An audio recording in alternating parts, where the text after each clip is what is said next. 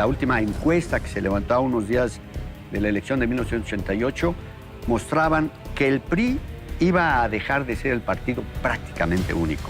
México llegaba a su fin en aquellos tiempos a un sistema político propiamente controlado y dominado por un solo partido y finalmente por un solo gobierno.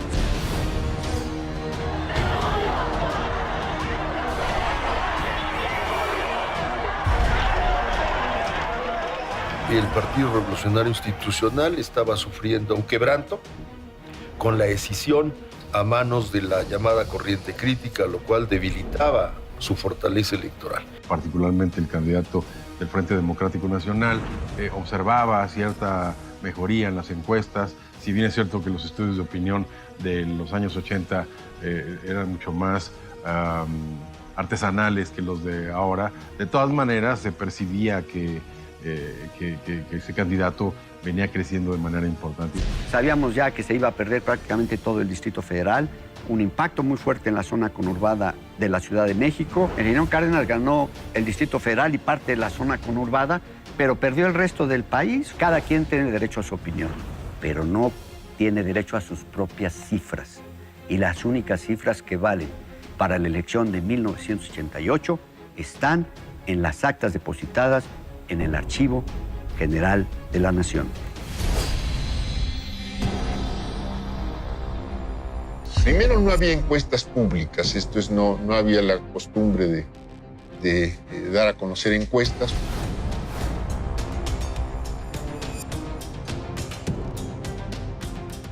Pero algunas noches, un par de noches, 2, 3 noches, llegando yo a casa, me encontraba yo a una persona, una mujer joven, que me decía que su esposo me mandaba estas encuestas, que él trabajaba en la presidencia. Y recuerdo que alguna de las últimas encuestas me daba a mí por arriba de los demás candidatos. El día de la elección, en la noche, no hubo resultados oficiales, porque venían muy competidos. 1, 2, venía ya el ambiente muy efervescente, muy de inestabilidad, muy casi de choque, cuando el secretario de Gobernación, Manuel Bartlett, dijo que se había caído el sistema de cómputo. No hay elementos que yo haya conocido para suponer o para sostener que ese lapso en que se suspendió la votación haya sido para manipular la elección presidencial. La ley electoral de entonces no preveía el que el organismo electoral tuviera el compromiso de producir resultados electorales ni la propia noche ni los días siguientes. En 1988 el país no contaba con mecanismos de precisión para contar los votos simplemente en una elección competida.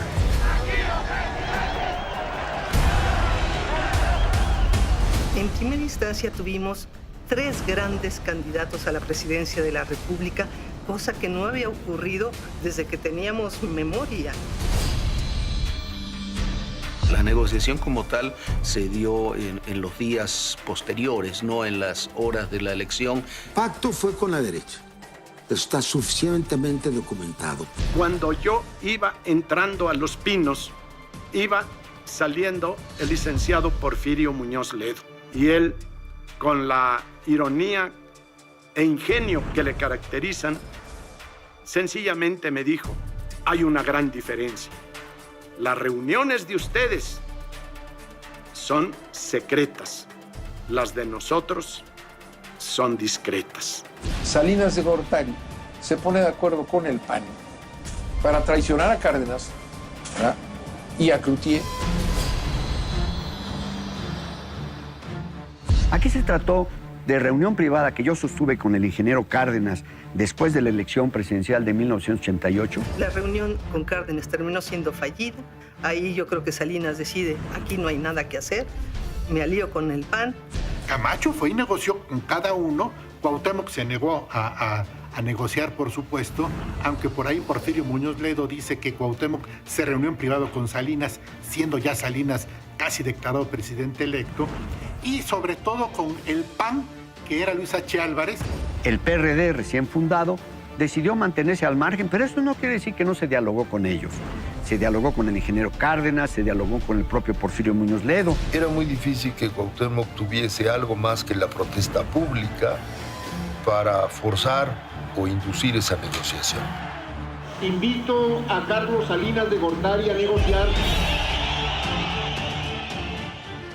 En cuanto a la elección mía en el año 89, se ha calculado de que hubo un acuerdo y yo fui consecuencia de eso. Más sin embargo, yo siempre he contestado que los votos de los bajacalifornianos fueron abrumadoramente a mi favor.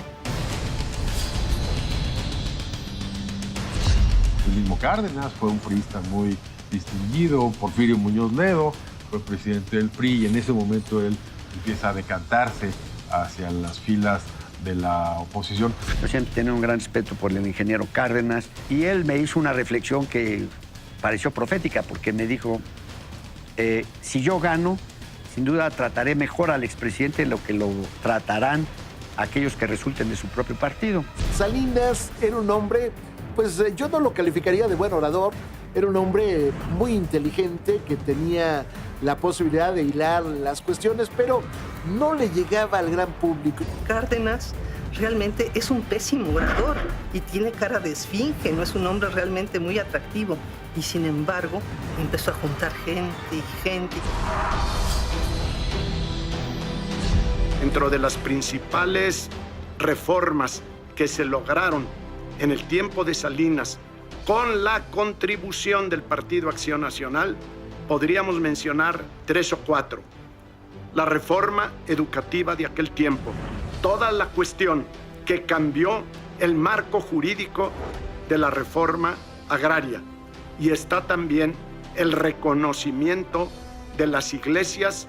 Mi madre, maestra normalista, compartiendo las luchas del magisterio en nuestro país, formada en una cultura de la masonería, del ultraliberalismo, pues también ultraliberal en cuestiones religiosas. Salinas inaugura, yo diría de manera audaz, un estilo importante, un pacto con la jerarquía católica.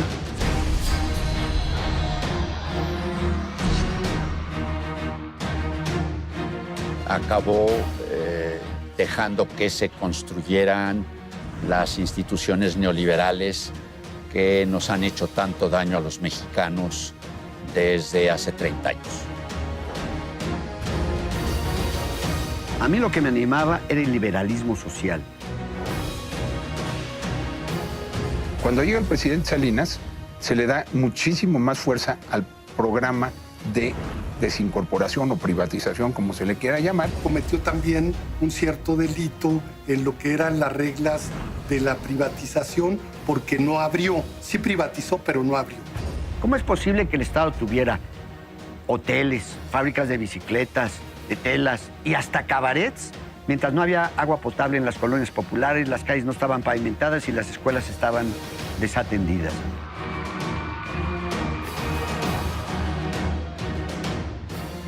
En el momento de la reforma se está diciendo el ejido se va a privatizar, van a vender sus tierras. Hace casi 30 años de esa reforma y siguen habiendo los mismos 27,000 ejidos hoy que existían entonces. Pensaban que se podía construir una nueva organización o que al partido en el gobierno se le dejaba de lado. Transformar el Partido Revolucionario Institucional en un partido de solidaridad. Solidaridad, unidos para progresar. México no podía mantenerse aislado y bueno, pues era una buena apuesta realmente el acercarse al mercado más importante del mundo, que era Estados Unidos, y de pasadita al de Canadá.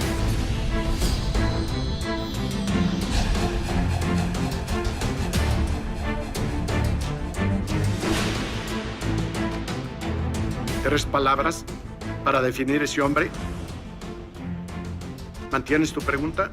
Un hombre admirado y repudiado. Cuando alegan que tenía el presidente de la República tanto poder, entonces pregúntense los que dicen eso, ¿por qué si tenía tanto poder no hizo aquello que dicen que quería? ¿Verdad?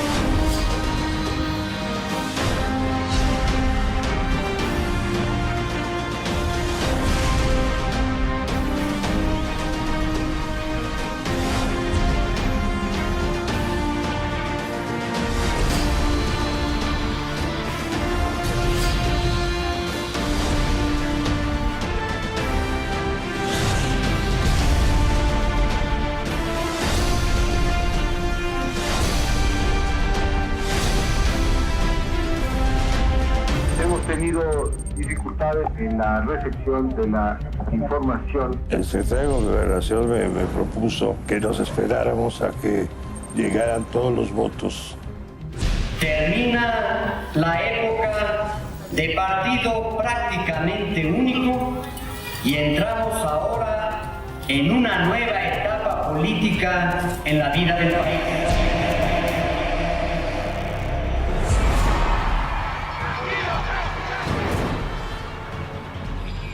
El escenario no era sencillo. Un conteo de votos favorable no iba a ser suficiente para Carlos Salinas de Gortari y su partido. La gente ya se había expresado en las urnas, pero los números no eran claros. ¡Se ve como si hubo fraude! México era una nación en busca de su destino y estaba al borde de un vacío en el gobierno. Necesitaban que la Cámara de Diputados validara el triunfo, pero no tenían los votos para garantizarlo. Si anulamos la elección, ¿quién se va a quedar? Vamos a tener que nombrar un presidente interino, se va a ir el dinero, va a haber fuga de capitales, inestabilidad.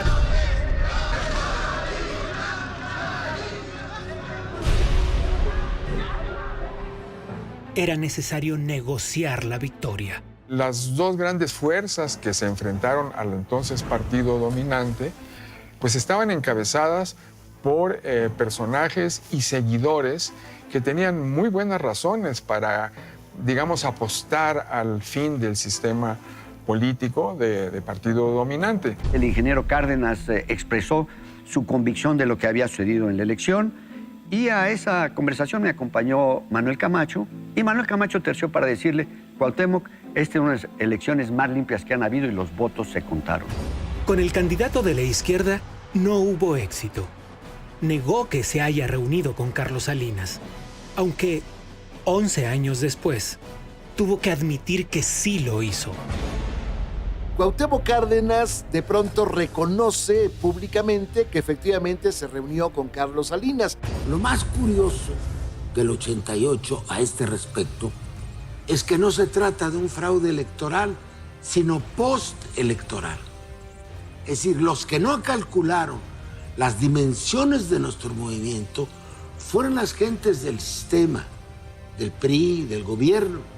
No creyeron que llegáramos tan lejos. Por eso hicieron el fraude después de las elecciones. Así se fue trazando el camino. La oposición se había unido en las protestas. Había que separarla, dejar que la izquierda siguiera el curso de su inconformidad y negociar con la derecha. Invito a Carlos Salinas de Gortari a negociar. Negociación y concertación. Esa es la base del juego político. El PAN se dan principalmente con los dirigentes del partido, con don Luis H. Álvarez, con Diego Fernández Ceballos, el ingeniero Cloutier da su anuencia. Evidentemente se dieron cuenta que la pluralidad del país se había manifestado con enorme fuerza en el resultado de la elección y que con instituciones confiables, la competencia por el poder de manera democrática podía dar resultados que efectivamente permitieran avance en la vida democrática del país. Nadie de nosotros pensaba en lo que se ha dicho tramposamente y sin prueba alguna, que queríamos legitimar la llegada del presidente Salinas. Lo que nosotros creímos era que se necesitaba crear condiciones de gobernabilidad para el país. El resultado fue que al día siguiente de mi toma de posesión, invité a la dirigencia del Partido de Acción Nacional a Palacio Nacional el día 2 de diciembre de 1988 y fijamos las condiciones y las reglas para el diálogo político que nos permitiera la construcción de un sistema electoral confiable. La izquierda sostuvo su posición pública de no negociar con un gobernante que consideraba ilegítimo, pero mantuvo abierto el diálogo en privado. Hubo una ocasión que fui invitado por Salinas de Gortari para tener un encuentro con él con motivo de algún trámite, de alguna iniciativa, de algún asunto político nacional. Cuando yo iba entrando a Los Pinos, iba saliendo el licenciado Porfirio Muñoz Ledo. Y él, con la ironía e ingenio que le caracterizan, sencillamente me dijo, hay una gran diferencia. Las reuniones de ustedes son secretas, las de nosotros son discretas. Se dialogó con el ingeniero Cárdenas, se dialogó con el propio Porfirio Muñoz Ledo. Ellos no participaban públicamente en las mesas de negociación, pero no estaban ausentes de ellas y fueron escuchados, y gran cantidad de sus propuestas debidamente plasmadas en el nuevo sistema electoral. Todas esas negociaciones políticas iniciadas tras la elección fueron de un candidato con sus oponentes. El gobierno y el árbitro electoral no tomaron parte. ¿Ese árbitro era confiable para el candidato? El priista Carlos Salinas de Gortari, todavía sin la investidura presidencial, mostró su poder político. El secretario de Gobernación no formó parte activa de estas negociaciones, sino más bien espectador, como todo hace pensar que el propio presidente de la República tampoco, sino que la negociación estuvo a cargo de la cúpula del PRI y en especial del candidato de Bartlett, que era secretario de Gobernación. Yo creo que él jamás simpatizó, obviamente por razones naturales, con la candidatura de Salinas. Creo que tampoco nunca colaboró activamente o de manera comprometida para que las cosas salieran bien.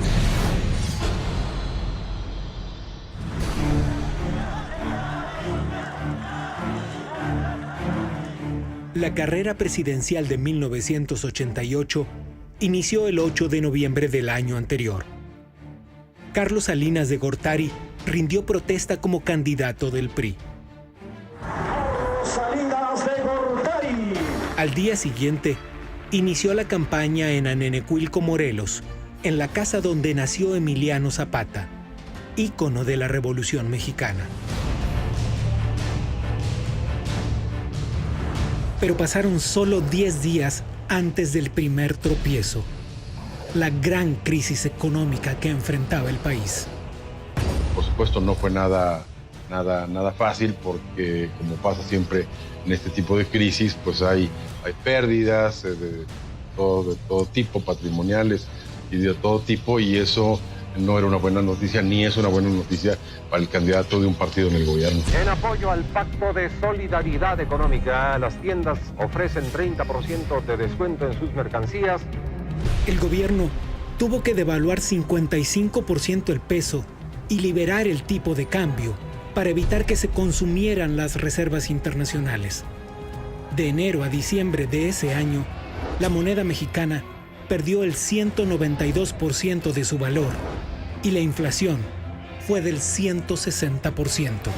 Fue un verdadero cataclismo social y económico, pero en un diseño que permitió que a lo largo de 88 se estabilizara la economía y se empezaran a revertir los efectos de ese drástico cambio económico de finales de 87. Como candidato del partido en el gobierno, Salinas enfrentaba reclamos y protestas en sus actos de campaña. El 15 de diciembre de 1987, el presidente de la Madrid firmó el Pacto de Solidaridad Económica con los distintos sectores productivos. Esa sería la base para recuperar la estabilidad, pero significaba tomar medidas impopulares y dolorosas. La idea de un pacto de solidaridad se da en la época en que Pedro Aspe era el secretario de Programación y Presupuesto. Cada quien ponía su parte. Los trabajadores, se amarraban el cinturón para no pedir incrementos salariales por arriba de la inflación.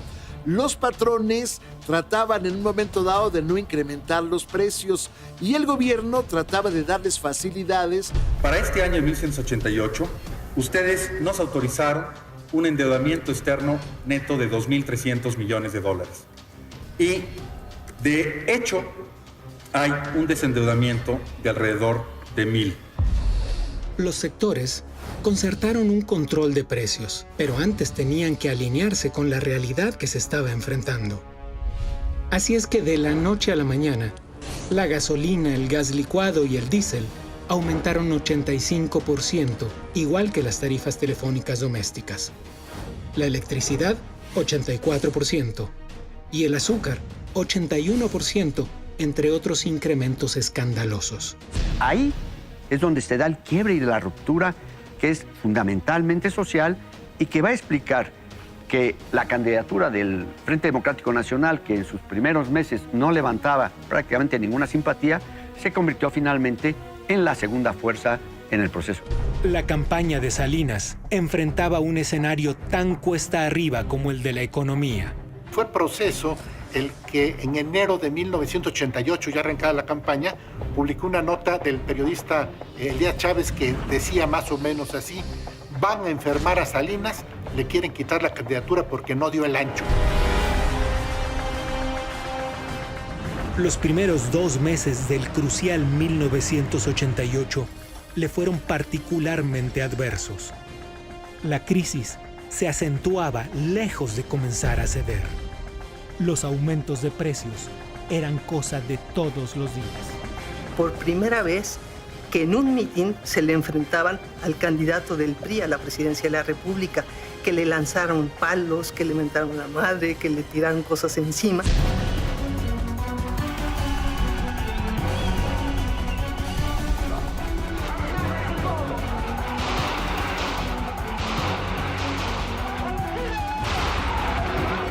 Eso fue el 10 de febrero, en un mitin de campaña en San Pedro de las Colonias, Coahuila. Salinas y su comitiva fueron apedreados por simpatizantes de su adversario, Cuauhtémoc Cárdenas, a quien también esperaban. Para marzo, el panorama comenzó a estabilizarse. El candidato priista estructuró su discurso de manera distinta. Antes del aumento de las cosas, nos interesa el bienestar de la gente. Elegimos, por ejemplo, una frase que decía que hable México, con la idea de que fuera la campaña no un ejercicio solamente unidireccional, sino que recogiera todas las voces, las opiniones, las demandas, los planteamientos de los distintos sectores de la población. Lugar extraordinario que merece. El cambio de estrategia consistió en presentar propuestas específicas para cada región que visitaba. El PRI demanda que ya no suba la gasolina. El PRI exige que ya no aumente el precio de la leche. El PRI pide que en los hechos no suba el costo de transporte. Inusual. El candidato del PRI protestando contra las medidas económicas del gobierno priista. La racha ascendente comenzó en Chihuahua. En ese estado coincidieron los 3 candidatos principales.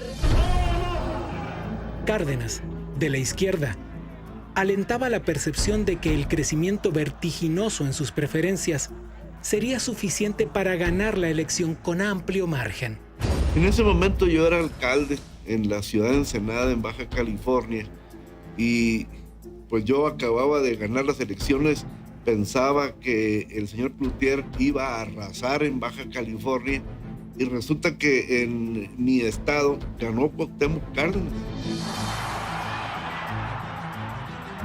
Manuel Cloutier, de la derecha, llegaba a la contienda por el poder político desde el entonces atribulado poder económico.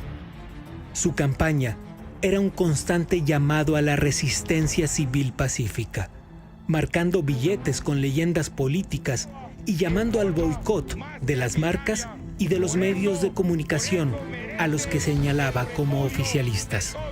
1988 fue un año asombroso y extraordinario en términos políticos. ¿Por qué? Porque en primera instancia tuvimos 3 grandes candidatos a la presidencia de la República, cosa que no había ocurrido desde que teníamos memoria. Carlos Salinas era el candidato del PRI, el partido en el gobierno, ubicado ideológicamente en el terreno de centro-izquierda. Eran 2 candidaturas muy importantes. El ingeniero Manuel Cloutier, un luchador a lo largo de muchos años reclamando procesos democráticos y de mayor participación y encabezando la candidatura del Partido Acción Nacional. Y el ingeniero Cárdenas, que recientemente había decidido modificar su pertenencia al PRI y él encabezar en ese momento la fórmula para ser candidato presidencial. A partir de marzo, la campaña salinista tomó un nuevo impulso. Sonora, la tierra de su coordinador de campaña, Luis Donaldo Colosio, quien 6 años después sería también candidato a la presidencia de la República. Veracruz, donde los actos de proselitismo le sumaron 1 millón de personas y comenzó a delinear las propuestas más importantes de su oferta política. En Cuatro Ciénegas, Coahuila, la cuna de Venustiano Carranza, anunció su plan para insertar a México en la vida internacional. En Monterrey, Nuevo León, estado industrial, habló de impulsar a las empresas y sus mercados en México y el mundo. Aquí hemos podido romper la piedra y levantar la industria. Aquí hemos podido desafiar al desierto para hacer ciudades ejemplo del país. En Puebla, se comprometió a un desarrollo cada vez mayor de la democracia. Y en Chalco, en el Estado de México, se manifestó por la solidaridad y la justicia social. Para junio, el último mes de la campaña, el Pacto de Solidaridad Económica ya estaba dando sus primeros frutos. La inflación iba a la baja. Era el momento de un nuevo recorrido por todo el país. Así, transcurrieron las campañas hasta el cierre, el domingo 2 de julio. Cloutier y Salinas hicieron el suyo en el Zócalo de la Ciudad de México. Claro que en horarios y con seguidores distintos. Mi compromiso es encabezar la esperanza y conducir el esfuerzo de los mexicanos para hacer la realidad. El diálogo democrático será práctica permanente de gobierno. Las encuestas no eran una práctica pública común, ni eran parte de la cobertura frecuente de los medios de comunicación.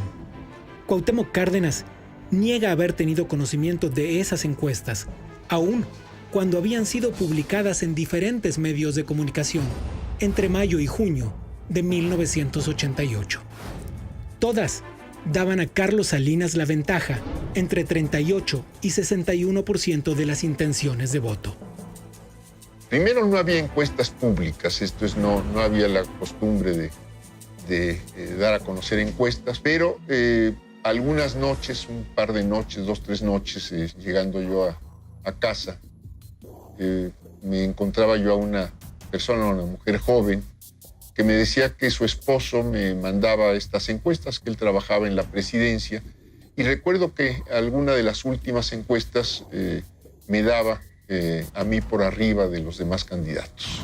Sabíamos ya que se iba a perder prácticamente todo el Distrito Federal, un impacto muy fuerte en la zona conurbada de la Ciudad de México, en la tierra del ingeniero Cárdenas, Michoacán, Guerrero y en Baja California. Sí sabíamos que iba a haber impactos regionales muy importantes y que iba a terminar la época de partido prácticamente único.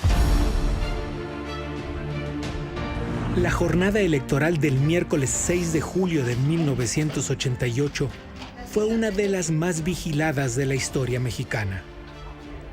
Los partidos y organizaciones que integraban el Frente Democrático Nacional habían anunciado que tendrían representantes en el 92.2% de todas las casillas. El PAN haría lo mismo en el 85%. Aunque sí hubo incidentes, ninguna organización civil ni medio de comunicación documentó que se diera el caos generalizado que muchos esperaban. El día de la elección, en la noche, no hubo resultados oficiales, porque venían muy competidos. 1, 2, venía ya el ambiente muy efervescente, muy de inestabilidad, muy casi de choque, cuando el secretario de Gobernación, Manuel Bartlett, dijo que se había caído el sistema de cómputo. Esa noche del 6 de julio de 1988 se dio la conocida caída del sistema. Manuel Bartlett, quien paradójicamente se convirtió años después en un personaje relevante en diversos partidos de izquierda, era en ese entonces el secretario de Gobernación. Había acordado con los partidos un procedimiento de información que no era parte del conteo oficial de los votos. Se trataba de uno que había diseñado para él uno de sus asesores, Óscar de la C., que recibía datos vía telefónica en una terminal de computadora de la época en la Secretaría de Gobernación y que los transmitía concentrados a terminales ubicadas a 8 kilómetros en el Registro Nacional de Electores para que los partidos políticos pudieran consultarlos. Los primeros que llegaron, que fueron los de la Ciudad de México, sus alrededores, los fueron terriblemente favorables. Y eso la gente lo sintió. Como empezaron a fluir datos que efectivamente beneficiaban a la candidatura de Cárdenas, el sistema, el gobierno, las autoridades que manejaban y manipulaban la elección, tomaron la decisión de suspender la información de aquel momento para que empezaran a fluir informaciones de otras partes de la República y empezar a compensar y, en su caso, a superar a Cárdenas. Cuando ese sistema dejó de dar datos, se despertaron aún más las suspicacias. Yo tomé la palabra y le reclamé al secretario de Gobernación que se había caído el sistema. Y de alguna manera se tomó en el doble sentido, de caerse o de callarse, que para mí era lo mismo. La frase de Diego Fernández Ceballos fue muy ocurrente y describió una situación que se estaba viviendo. Y volvemos al punto central. No había un mecanismo establecido para tener resultados inmediatamente después de cerradas las casillas. No había el mecanismo de cuenta rápida, no había el mecanismo de encuesta de salida de casillas, esos que a partir de la elección de 1994 se han convertido ya en una práctica normal en las elecciones en nuestro país. La duda estaba sembrada y contribuyó a la percepción difundida de que se urdía un fraude. Si gana Cuauhtémoc Cárdenas, ¿le van a entregar el poder? Y si gana Salinas de Gortari, ¿va a haber una segunda revolución mexicana? Era algo que preocupaba realmente, pero al mismo tiempo nos parecía que era inédito en México y que iba a cambiar la historia de ese país. Los candidatos opositores se unieron e hicieron un sonoro llamado a la legalidad. Mientras, el conteo oficial de los votos avanzaba lentamente. Todo era manual, con paquetes que debían trasladarse físicamente. No había manera de acelerar un proceso que llevaría días, pero ese nivel de incertidumbre no soportaría ni siquiera las siguientes horas. A las 4 o 5 de la tarde, tú veías en todas las redacciones los títulos prácticamente ya hechos. Ganó Salinas de Gortari, ¿no? El PRI de nuevo, en fin, cosas por el estilo ya preparadas por las mesas de redacción. Lo que pasó más tarde, hubo que tirar muchos titulares, ¿verdad?, a la basura. Sin datos oficiales, la noche era crítica. Los noticieros no tenían números concretos que informar. Los periódicos no definían sus primeras planas. La falta de certezas acentuaba las sospechas.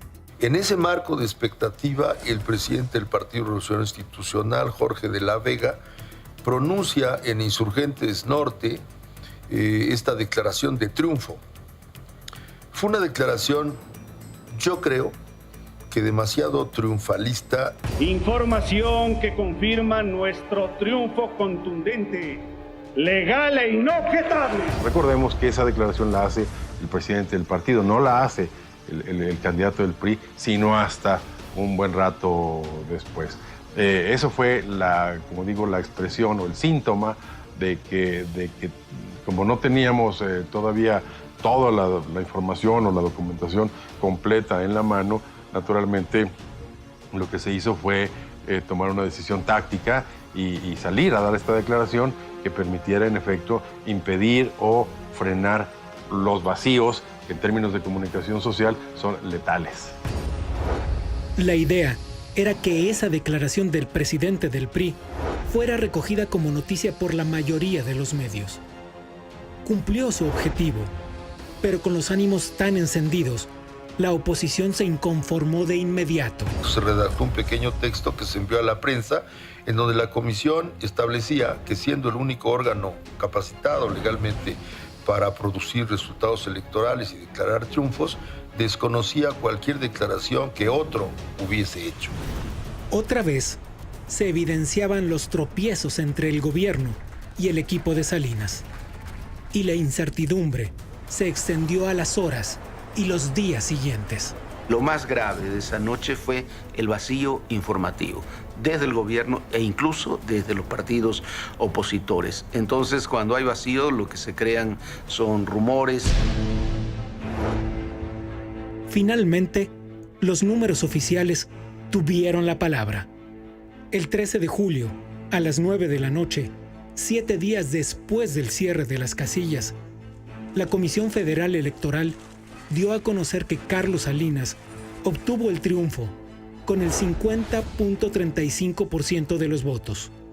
Cuauhtémoc Cárdenas quedó en el segundo lugar con el 31.12% y Manuel Cloutier el 17.07%. Debatamos lo que se puede hacer en base a hechos objetivos, las actas. Y vamos a las actas. Lo que las actas dicen es que el candidato del PRI ganó con 50% de la votación. Yo dejaría de lado los adjetivos y diría, cada quien tiene derecho a su opinión, pero no tiene derecho a sus propias cifras. Y las únicas cifras que valen para la elección de 1988 están en las actas depositadas en el Archivo General de la Nación. La oposición continuó sus protestas. Lo hizo con recursos legales ante el recién creado Tribunal de lo Contencioso Electoral, pero también con movilizaciones, plantones y mítines. Que de una casilla a otra, contiguas de un semejante tipo de población, si se recogió un día, daba 7-3 a favor nuestro. Se recogía más tarde, ya daba 6-4 en contra nuestra. Y si era de las últimas, ya daba 9-1 en contra nuestra. Fue un enorme fraude postelectoral. Como secretario de Gobernación, Manuel Bartlett era también el presidente de la entonces Comisión Federal Electoral, el árbitro del proceso. Carlos Salinas y su equipo decidieron no esperar a que actuara. Tomaron en sus propias manos la iniciativa y la conducción de la estrategia. Seguir el curso del conflicto postelectoral con la izquierda y negociar con la derecha. La Comisión Federal Electoral concluyó sus trabajos a mediados de agosto. Dio información desglosada de 30,000 casillas y dejó pendiente el desglose de otras 25,000. De esas, solo publicó resultados agregados por distrito. El Tribunal de lo Contencioso Electoral recibió 593 recursos de queja. Ninguna de sus resoluciones modificó el resultado. Los partidos opositores lo cuestionaron, calificándolo como parcial. La declaratoria del presidente electo se logró con el voto de 263 diputados, de los cuales 260 eran del PRI. 83 legisladores de la oposición votaron en contra y más de 150 no estuvieron presentes. Entre los diputados que sí aprobaron la elección estuvieron los intelectuales Andrés Enestrosa y Jaime Sabines. Protesto el cargo de presidente de la República que el pueblo me ha conferido. Carlos Salinas de Gortari se convirtió en el 58º presidente de México el 1 de diciembre de 1988.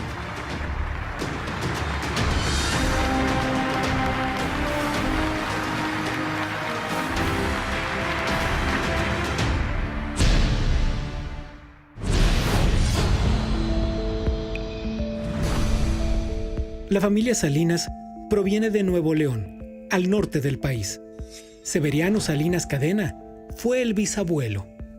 Fue abogado, juez de letras, secretario del Tribunal Superior de Justicia del Estado y registrador público de la propiedad. También era un próspero empresario.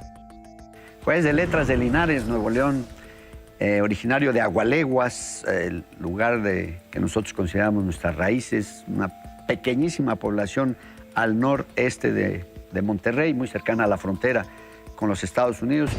Se instaló en Linares, donde impulsó el tranvía, la compañía de alumbrado y fuerza motriz, la fábrica de hielo, muy importante para la conservación de alimentos en un lugar tan cálido, y la sociedad recreativa.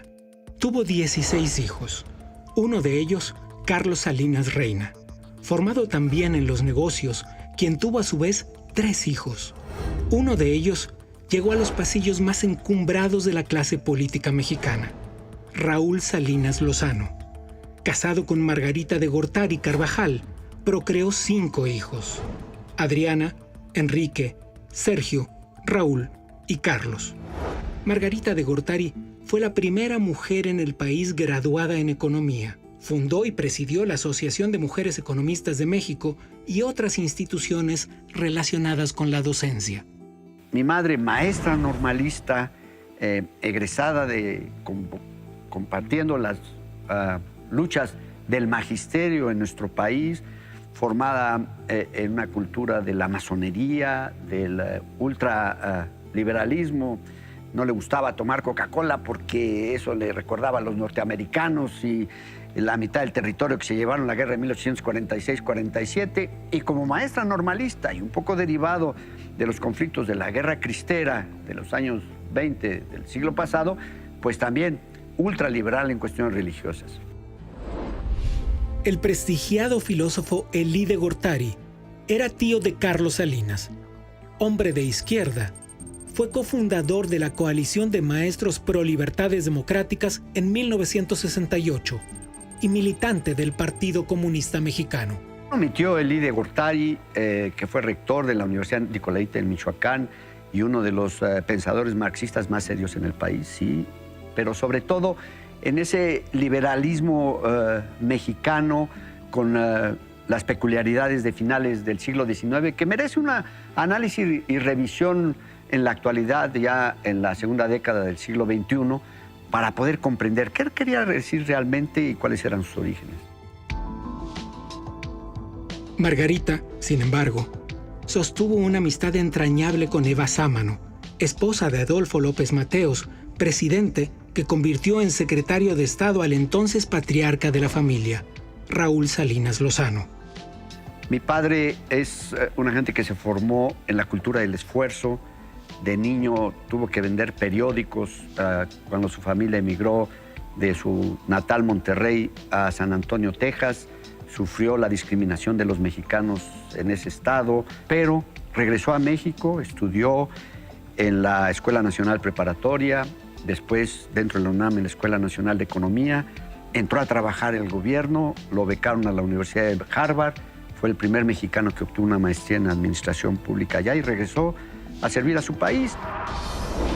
Profesor universitario y director general de estudios hacendarios, en 1952 participó en la redacción de la Ley del Impuesto sobre la Renta. De 1958 a 1964 fue el secretario de Industria y Comercio, considerado uno de los posibles aspirantes a la presidencia de la República. No se logró. Después de eso, fue director nacional de precios, delegado de México ante el Fondo Monetario Internacional y embajador en la entonces Unión Soviética. En cuanto a su formación política familiar, Carlos Salinas estaba en medio de dos posiciones aparentemente opuestas. ¿Será el liberalismo? ¿Será la izquierda? Los dos ejes por los que transitó el joven Carlos Salinas hasta llegar a la presidencia. Sí, había un poco de tensión familiar, pero sobre todo mucho cariño y mucha calidez. Es un poco lo que Hegel llamaba la segunda naturaleza. Si la primera es la genética, la segunda es la de la convivencia. El hombre es él y su circunstancia, decía Ortega y Gasset, con muchísima razón. Somos producto de nuestra circunstancia y la primera formación es la familiar, importantísima. Los 3 sectores de nuestro partido se han pronunciado a favor de la precandidatura para presidente de la República del compañero Carlos Salinas de Gortari. El 4 de octubre de 1987 fue designado como candidato a la presidencia. De acuerdo con el testimonio registrado por el periodista Julio Scherer García, al ver esto por televisión, su padre se levantó llorando. Carlos Salinas afirmaba que únicamente lo había visto así 2 veces en la vida. Lo abrazó y le dijo: "Nos tardamos 25 años, pero llegamos". La sucesión del presidente Miguel de la Madrid inició en abril de 1986, con los movimientos usuales en su gabinete y la llegada, en junio, de un nuevo dirigente nacional en el PRI, Jorge de la Vega Domínguez. En ese lapso de tiempo, se gestó un movimiento disidente dentro del Partido Revolucionario Institucional. El periódico 1+1 lo hizo público en su edición del 14 de agosto. Fue conocido como la Corriente Democrática. Sus líderes, Cuauhtémoc Cárdenas, quien había sido senador de la República y gobernador de Michoacán, hijo del general Lázaro Cárdenas, ícono de la Revolución Mexicana. Otro era Porfirio Muñoz Ledo, exsecretario del Trabajo y expresidente nacional del propio partido. Cárdenas, según se sabe, quiso ser director general de Petróleos Mexicanos y así se lo pidió al presidente de la Madrid. El presidente de Madrid quiso, estaba en su decisión no hacerlo, y eso empezó a generar tensiones.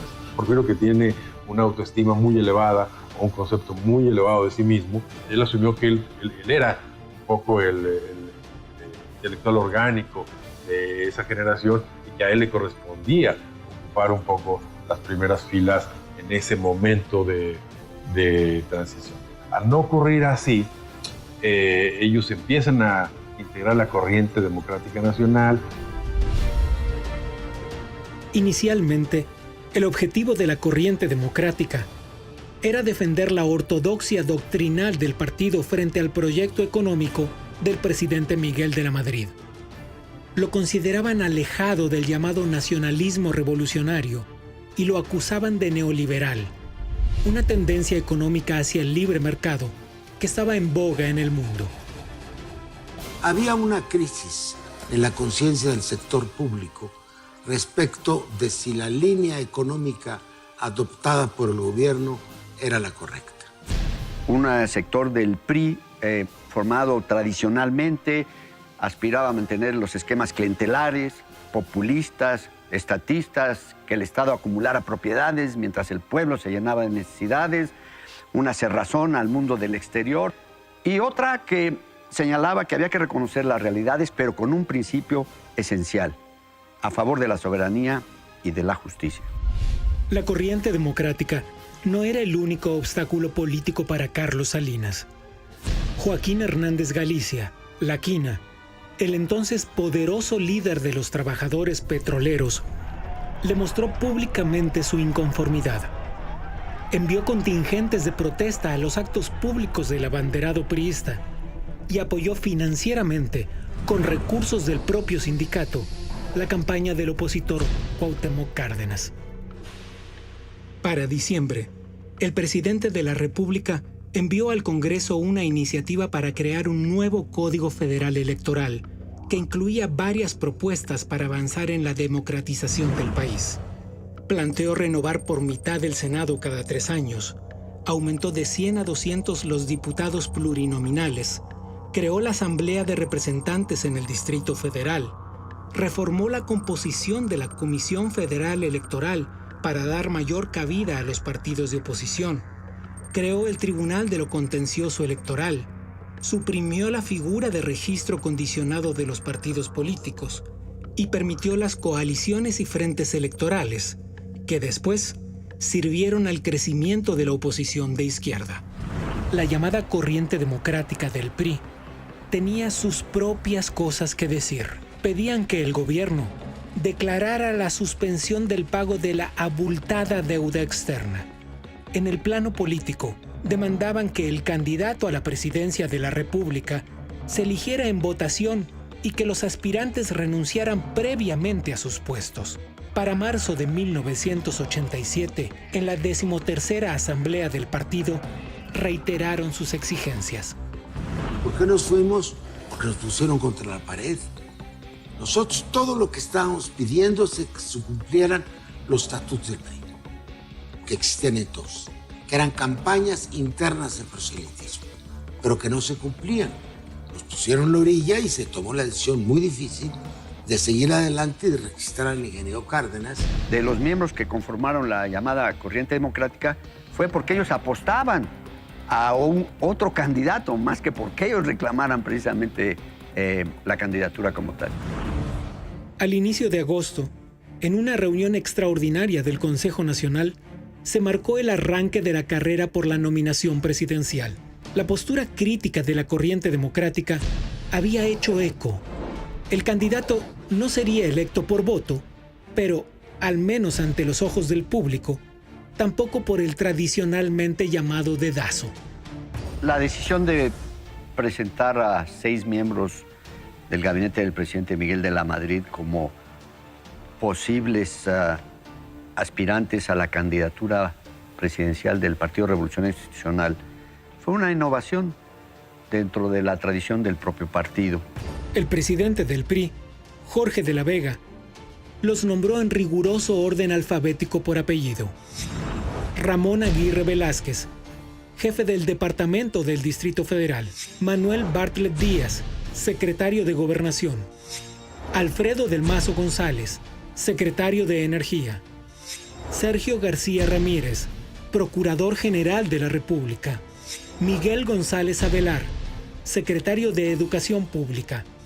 Y el más joven de todos, con apenas 39 años, Carlos Salinas de Gortari, secretario de Programación y Presupuesto. Hay 2 maneras de reorganizar una economía. Una es imponiendo los cambios necesarios. La otra, facilitando que los cambios sucedan en la dirección prevista, en base a acuerdos y mediante la concertación. Este último es el camino que ofrezco. El país llegó el momento en que podía no tener solvencia para pagar la deuda externa y entonces ahí Salinas parecía el artífice en que podía buscar caminos de salida para el país. Digamos que por ahí se fue metiendo paulatinamente hasta convertirse en un hombre indispensable en el momento en que llega la transición.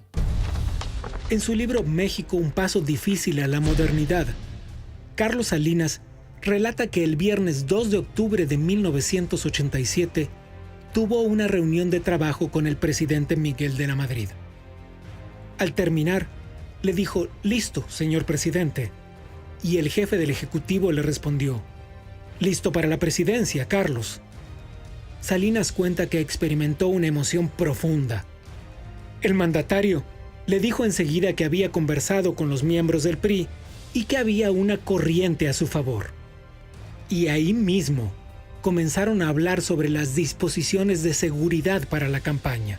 Al despedirse, de la Madrid le indicó que fuera discreto y que estuviera pendiente de la confirmación del partido.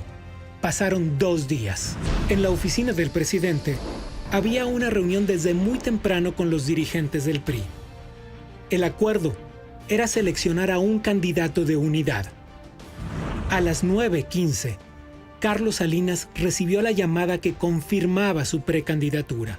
Acepto, emocionado, la adhesión a mi precandidatura a la presidencia de la República, de las organizaciones y de los militantes de mi partido. Si es verdad que las personas poderosas impresionan por su parquedad, ese día, Carlos Salinas mostró su poder.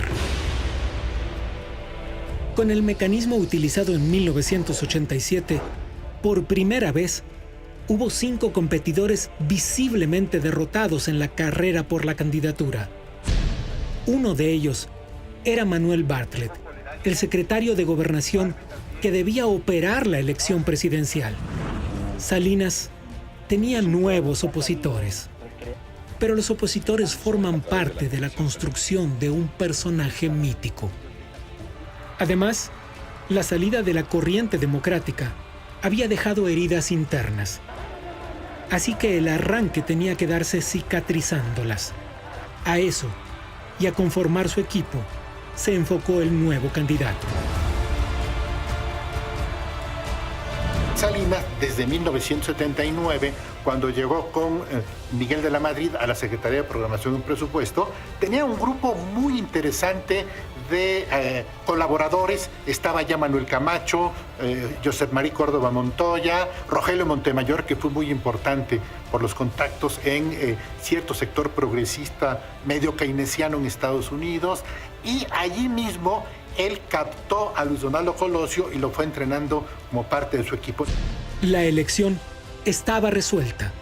La historia llegaba a uno de sus puntos culminantes y se abría una grieta en un sistema político que parecía inamovible.